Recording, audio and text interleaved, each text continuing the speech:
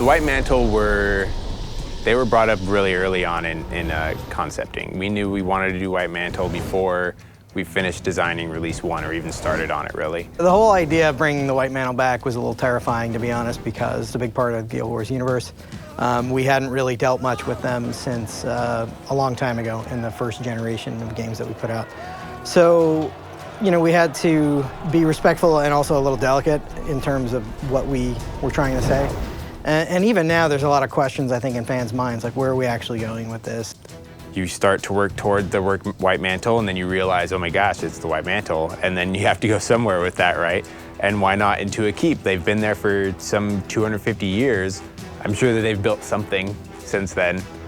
So we wanted to take players into their headquarters. My assumption is that a lot of people who got into the Guild Wars universe with Guild Wars 2 probably don't know that much about the White Mantle as antagonists. So a lot of what we're trying to do in the raids is to reintroduce them so that, you know, should we decide to explore that more, they have a basis. It started off with a very simple story that we had plenty of flexibility to kind of work within. Guild Wars is very unique, and it needs unique play modes, so we couldn't just lump standard raiding into it. We knew what we needed to do plot-wise, beat by beat, where we needed to end up, but we purposefully left a lot of room for interpretation so that we could allow the team to get crazy. And I think that probably shows. I think once people start playing the Keep construct, they'll realize that the whole concept is a little bananas. Jason, you know, who designed the encounter, he and I worked very closely, and he had some really great ideas for mechanics, and we tried to thematically tie them all together. First concept came from when we were brainstorming the story and what were you doing? Who were the bosses? Like, what were the big scary things that we wanted players to come across? Ben Miller kind of tossed this crazy idea out, and it stuck with me. I decided that instead of it being the actual keep that's coming alive and hold towers and doors and bridges, instead it's just like some rubble and like pieces of statues. We can't really take an entire castle and turn it into this giant monstrous marionette.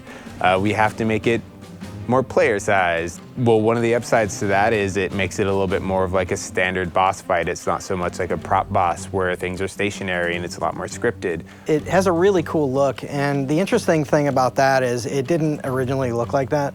So people probably, if they've been following the raid development, you know, they know we go through a lot of different stages where there's a lot of concepting and prototyping, and a lot of times the way that something starts off is not the way it ends up. The Keep construct started off as something a bit different. We kind of went into the early process with, oh, we'll be fine. We've got assets. We've got Crichton assets. Like, that's what White Mantle used. We didn't really think about it. The first prototypes that we were playing, I was like, so that's what we're fighting now, is it? When we were building it out, we're like, man, this needs some flair. Like, this has to feel White Mantle.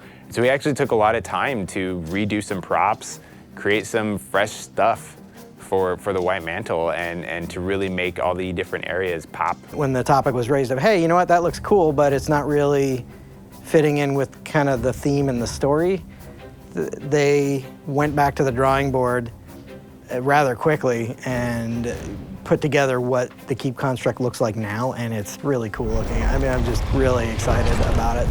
Seeing the actual art come online and the animations, and as those came online, I was more inspired to do different attacks that then became part of the fight, and it was just really interesting seeing it grow. Going from start to finish, I'm really happy with what we created. It's been a joy. It's been a lot of fun.